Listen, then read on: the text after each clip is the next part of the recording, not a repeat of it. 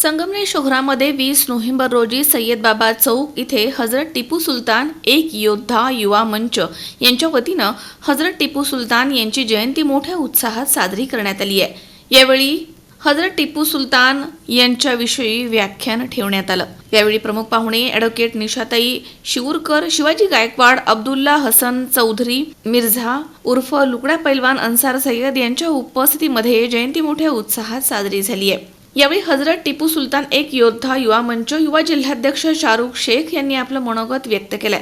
त्यांनी म्हटलंय की तीनबत्ती या चौकाचं नाव हजरत टिपू सुलतान ठेवण्यात यावं, यासाठी सर्वांनी पुढाकार घ्यावा। सर्वांना एक कागद देण्यात येणार आहे, सर्वांनी आपली सही करून संमती सहीच्या मार्फत द्यावी आणि नगरपालिकेला या संदर्भात पुढील कारवाईसाठी हजरत टिपू सुलतान एक योद्धा युवा मंच पाठपुरावा करत राहील आणि सगळ्यांनी सहकार्य करावं अशी भावना त्यांनी व्यक्त केली आहे। आणि ॲडव्होकेट निशाताई शिवूरकर यांनी आपल्या भाषणामधनं म्हटलंय की हम सब एक है असा नारा देत हजरत टिपू सुलतान इंग्रजांच्या विरोधामध्ये लढले।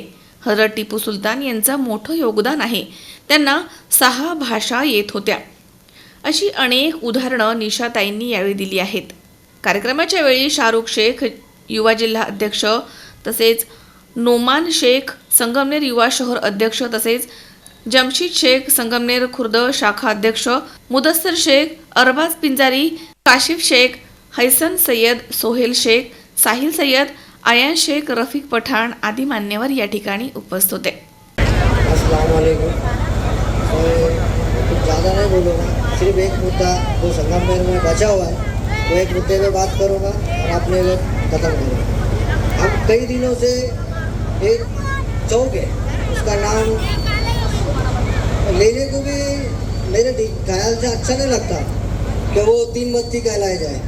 तो मैं चाहूँगा आज हजरत टिपू सुल्तान की विलादत के मौके पर और हमारे मेहमान आए हुए, हमारा मशवरा हुआ कि इनके मौके पर तीनबत्ती को हजरत टिपू सुल्तान नाम दिया जाए।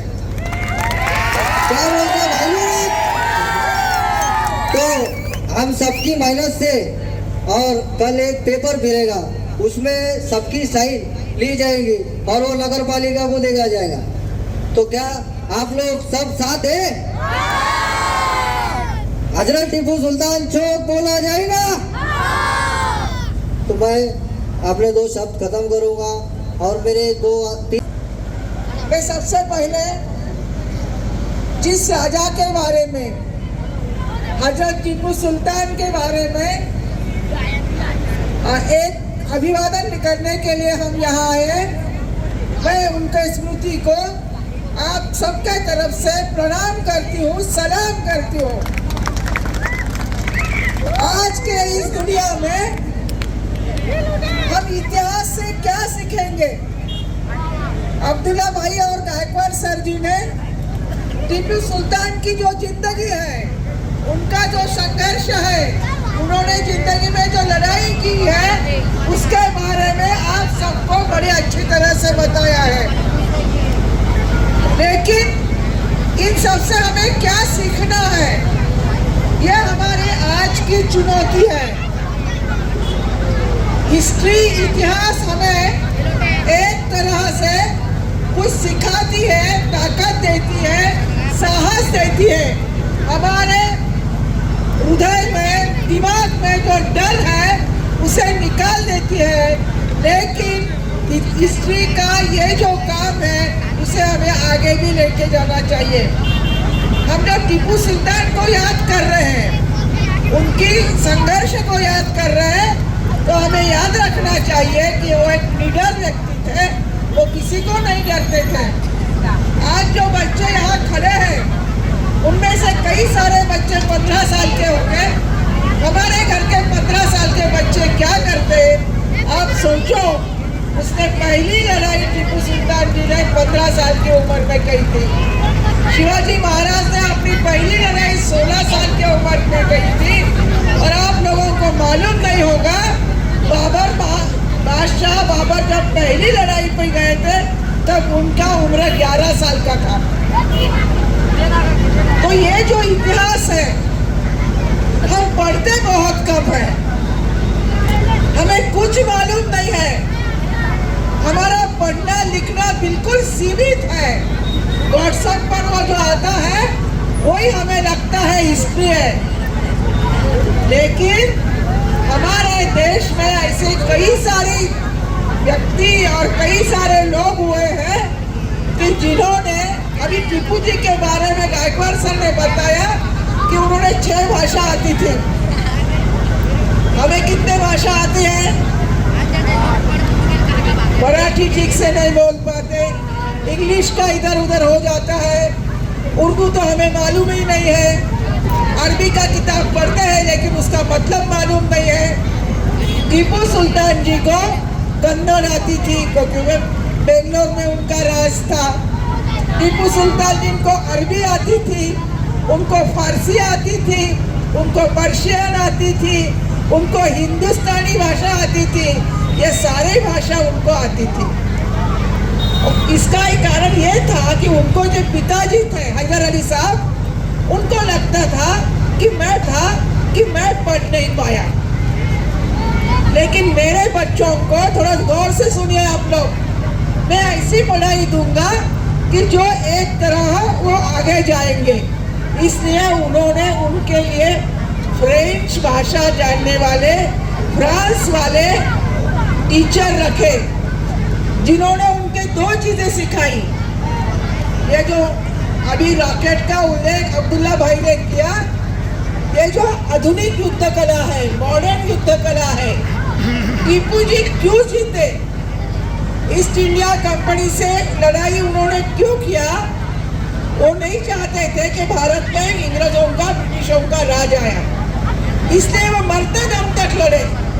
हम सोच भी नहीं सकते उनका जीवन काल जो वो था सब सिर्फ 48 साल, 48 ईयर्स हो जिए, लेकिन उतने कम उम्र में भी, उतनी कम जिंदगी में उन्होंने इतिहास रचाया। इसका कारण एक था कि उनको ये मॉडर्न युद्ध कला थी, वो मालूम थी।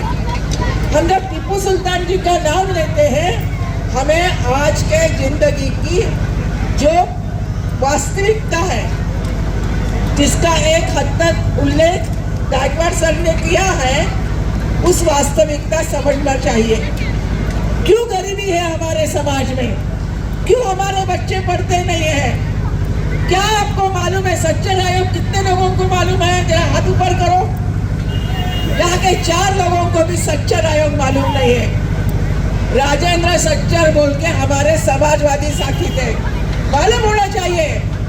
ये राजेंद्र सच्चर नाम के आदमी ने देश के पूरे मुसलमानों का अपने साथियों के साथ घूम के पढ़ाई किया कि मुसलमानों में गरीबी क्यों है, और उसके कारण बताए। उसका एक बड़ा किताब उसने लिखा, उसका नाम है सच्चर आयोग, जिसमें लिखा है कि मुसलमान की आज की सबसे बड़ी समस्या ये है कि उनकी गरीबी है। रिजर्वेशन की बात चल रही है। आज देश में जो सत्ता है वो रिजर्वेशन के खिलाफ वाली सत्ता है। सच्चर आयोग ने ऐसा लिखा है कि इस देश को, मुसलमानों को आगे लेके जाना है, और उनके लिए सरकार को कोई अलग राजनीति बनाना चाहिए। ये सच्चर आयोग कब बना था? जब मनमोहन सिंह पंतप्रधान थे तब बना था। अब तो सच्चर आयोग पूरा कबोर्ड में बंद करके उसको बड़ा लॉक लगा दिया है। अब सच्चर आयोग अमल में लाने वाला कोई गवर्नमेंट इस देश में नहीं है। हमारे सामने जो चुनौती है, वो चुनौती ये है कि हम किस तरह सच्चर आयोग का, हम पढ़े कम से कम, जिनको पढ़ना लिखना आता है उनको लगना चाहिए। हम 2 घंटे यहाँ बैठ के भाषण नहीं सुन सकते। हमारी किसी के बाप का हिंदुस्तान नहीं है। आप किराए से आए हैं, आप निकल जाएंगे, लेकिन ये देश हमारा रहेगा। आज टीपू सुल्तान के इस जयंती के उपलक्ष्य में जब उनको अभिवादन करेंगे तो हम 2-3 चीजों को अपने दिमाग में रखेंगे कि वो योद्धा जरूर थे, लेकिन आज तलवारबाजी की कोई योद्धागिरी नहीं चलने वाली। आज हम तलवार लेके नहीं आएंगे, महात्मा गांधी जी ने दुनिया को एक ऐसा शस्त्र दिया, शांति का, अहिंसा का, सत्याग्रह का, कि तलवार की जरूरत ही नहीं रही। जिन ब्रिटिशों ने टीपू सुल्तान को मारा, उन ब्रिटिशों को, अंग्रेजों को गांधी जी ने अहिंसा और सत्याग्रह से हकाल दिया। शांति से, आपको नहीं, ये देश हमारा है, आप आपके देश में चले जाओ। उसी तरह आज के जमाने में कहीं भी तलवारबाजी की लड़ाई नहीं चलेगी। जो कर रहे उनके खिलाफ है। रशिया ने यूक्रेन पे हमला किया, सारी दुनिया रशिया की निंदा कर रही है, कोस रही है रशिया को कि रशिया ने बुरा किया है। उसी तरह हमें भी आने वाले जमाने में पढ़ाई, शांति, अहिंसा और एक जानकारी हर चीज की, हम अपने छोटे दायरे से बाहर आएंगे। हमारा जो छोटा दायरा हम लोग बना रहे हैं, उससे हम बाहर आएंगे और एक बड़ा जन आंदोलन कैसा हो सकता दिमाग में। ये तो कोई भी, जैसे राहत इंदौर जी ने कहा था, अब किराए के हम निकल जाएंगे, या इस देश की जनता इस देश की मालिक है, आपको हमने वोट दे के वहाँ बिठाया है, अब 5 साल के बाद आप तो नहीं रहेंगे, देश की जनता यहाँ रहेंगी। इसी तरह इस देश में आज जो नफरत की राजनीति चल रही है, इस नफरत की राजनीति को खत्म करने की जिम्मेदारी हम सबके ऊपर है। ये कैसे खत्म हो सकती? वो हिंदू मुस्लिम बोल के मरवा रहे हैं, वो क्रिश्चियन हिंदू बोल के मरवा रहे हैं, वो हिंदू दलित बोल के मरवा रहे हैं। हम बोलेंगे हम सब एक हैं, हम बोलेंगे हिंदू मुस्लिम सिख ईसाई हम सब भाई भाई। आज टीपू सुल्तान जी का काम आगे लेना है, तो दिमाग में हमेशा ये नारा रखना चाहिए कि हिंदू मुस्लिम सिख ईसाई हम सब भाई भाई। इसके बीच में जो कोई आएगा, चाहे प्राइम मिनिस्टर हो, चाहे पुलिस हो, चाहे कलेक्टर हो या और कोई हो, हम उसको कहेंगे कि ये देश सबका है और इसके बीच में हम तुम्हें नहीं आने देंगे। तुम तुम्हारे जगह से बैठो, अपना काम करो। ये मारामारी, गुंडागिर्दी और हिंसा ये हमें मंजूर नहीं है। हम एक दूसरे के साथ प्यार के रहेंगे। मेहमान और साथी शाहरुख और भाई साहब, तो सबके सामने मैं एक छोटा सा टीपू सुल्तान के बारे में बात रखूंगा। हजरत टीपू सुल्तान ऐसा आप लोगों ने लिखा है, लेकिन उनको शेर बंगाल कहा जाता था। उनके पिताजी ने उन्हें शेर बंगाल का नाम दिया था। इसका कारण ये था कि वो जब 15 साल के थे, जब अंग्रेजों के खिलाफ जो जंग हुई थी, वो जंग में 15 साल के टीपू सुल्तान उन्होंने वो जंग जीत लिया और इसीलिए उनको मैसूर का शेर कहा जाता था। टीपू सुल्तान एक ऐसे सुल्तान थे, ये 500 साल पहले की बात है। अंग्रेज भारत में आना शुरू हुए थे। ईस्ट इंडिया कंपनी ने यहाँ के बहुत सारे राजाओं को अपने सत्ता के अंदर ले लिया था, लेकिन टीपू सुल्तान एक सम्राट था जो ईस्ट इंडिया कंपनी के खिलाफ अपने आखिरी दम तक लड़ा। ये बात हम सबके लिए बहुत गौर की बात है, क्योंकि टीपू सुल्तान ने अपना एक पूरा जो कारोबार था, वो कारोबार अच्छा है वो चलाए थे। और उन्होंने फ्रेंच के कुछ साथी उनके साथ थे, उनको साथ लेके मिसाइल और बाकी युद्ध के लिए बहुत सारी सामग्री उन्होंने जमा की थी। अंग्रेज उनको डरते थे। उनके साथ 4 युद्ध जो हुए हैदर अली और टीपू सुल्तान के, तो चौथा जो युद्ध था उसमें ईस्ट इंडिया कंपनी ने हैदराबाद के निजाम और पेशवे इनका साथ लेके उनके ऊपर अटैक किया और उनके अब्दुल्ला भाई ने जो बोला था मीर का नाम, उन्होंने वहाँ गद्दारी किया। और ऐसे बहुत सारे उनके जो नज़दीक के लोग थे, उन्होंने इस जंग में टीपू के खिलाफ छुप के काम किया और उनका वो हर शहीद हुए। टीपू सुल्तान को भारत के स्वातंत्र आंदोलन का पहला शहीद योद्धा माना जाता है, क्योंकि उसके पहले ईस्ट इंडिया कंपनी के खिलाफ कोई लड़ा नहीं था। या जितने भी राजा थे, 1000 से ज्यादा राजा भारत में राज करते थे, लेकिन टीपू सुल्तान एक ऐसा राजा था जो आखिरी दम तक ईस्ट इंडिया कंपनी के खिलाफ लड़े। ये ईस्ट इंडिया कंपनी क्या थी?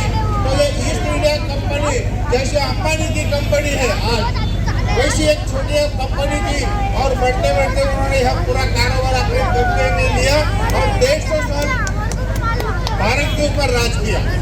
अभी आपको ये बात समझ लेना चाहिए कि टीपू सुल्तान ने जो लड़ाई शुरू की थी वो आज हमें लड़ना पड़ेगी। कारण क्या? तो अंग्रेज आने के पहले हमारे देश में सुकून था, हर एक आदमी को अपना अपना काम था, लोग अपने अपने हिसाब से खाते थे तो रहते थे। लेकिन ईस्ट इंडिया कंपनी ने यहाँ आके अपने सारे कारोबार बंद करके उनके भाग माल यहाँ लाके बेचने का और यहाँ बेच के यहाँ से पैसा उधर भेजने का, अंग्रेजों ने 150 साल इस देश का बोझ लिखा। ये नाटक का अनुवाद उमा कुलकर्णी ने मराठी में किया हुआ है और ये नाटक भी बहुत चला। गिरीश कर्नाड एक बहुत बड़े एक्टर थे, उन्होंने खुद ये नाटक लिखा था। और तीसरा, टीपू सुल्तान शहीद टीपू सुल्तान नाम का एक संगठन 1992 में कर्नाटक में शुरू हुआ, वो देश भर में काम कर रहा। आज देश का जो माहौल है, ये माहौल सब लोगों ने एक साथ रहना चाहिए। ऐसे कुछ लोग बोलने वाले हैं और कुछ लोग बोलने वाले हैं कि हम यहाँ रहेंगे और बाकी लोगों को कुछ लोग ऐसे अल्पसंख्यक उनको हम यहाँ रहने नहीं देंगे और उनको रहने दो, दुय्यम नागरिक बोल के रहेंगे। ऐसी बातें भारत में हो रही है। आप लोगों को एक समझ लेना चाहिए कि जो डरेगा वो मरेगा। डरना छोड़ दो, हमें लड़ना होगा और ये लड़ने के लिए प्रेरणा देने के काम जैसे शिवाजी महाराज प्रेरणा उन्होंने दिया था, वैसी प्रेरणा टीपू सुल्तान ने दी है। और टीपू सुल्तान का नाम लेके हम यहाँ आए हैं तो हमारा फर्ज बनता है कि हम डरेंगे नहीं। आज के जो सवाल है वो सवालों के लिए लड़ेंगे। क्या सवाल है आज भारत में जो कुछ चल रहा है? देखो आप, भारत में सबसे बुरा सवाल जो है वो बेरोजगारी है, अनएम्प्लॉयमेंट। लोगों को काम नहीं है, धंधा नहीं है, नौकरी नहीं है। और ये नौकरी नहीं है इसीलिए बहुत सारे जवान लोग बेकार बैठे हुए हैं और उनको काम देने के बजाय हमारे देश में हिंदू मुसलमान या हिंदू क्रिश्चियन ऐसे झगड़े लोग आगे ला रहे हैं। और वो ये जो सवाल है वो सवाल को बाजू रख रहे। इसीलिए हम सब लोगों को एक होके बेरोजगारी के लिए हमें रास्ते पे आना होगा। महंगाई बहुत बड़ी है, उसके लिए हमें रास्ते पे आना होगा। इतना ही नहीं तो अपने देश में जिस ढंग से टैक्स ले रहे, आप जरा गौर से सुनो। जीएसटी नाम का टैक्स मोदी जी ने शुरू किया। ये जीएसटी से क्या हो रहा है? जीएसटी हर एक आदमी दे रहा, भिखारी भी पूरे साल में 20,000 से ज्यादा जीएसटी दे रहा है।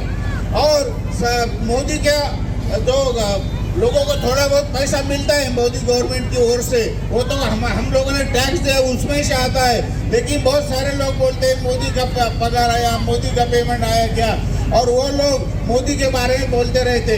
पर आप एक गौर से सुनो कि भारत सरकार हो या महाराष्ट्र सरकार हो, जो कुछ भी लोगों को अनाज देते हैं, रेशन हो या कुछ पैसे देते हैं, तो टैक्स का पैसा होता है, वो उनके बाप का नहीं होता है। एक बात। दूसरी बात, 2000 किसान को मिलते 3 महीने में एक बार, 4 महीने में एक बार 2000 मिलता है, 500 रुपये महीना मिलता है। ये क्या है? एक किसान मुझे बोल रहा था हमें इतना पैसा मिलता है, तो मैंने उसको बोला कि भाई पूरे साल में आप खरीदी कितने रुपए की करते हो? तो उसका हिसाब मैंने उसको पता। उसने 1.5 लाख का खरीदी परचेसिंग किया था, वो 1.5 लाख के ऊपर उसने टैक्स भरा था 30,000, यानी 30,000 उसने। शावी शेख, सी 24 तास, संगमनेर।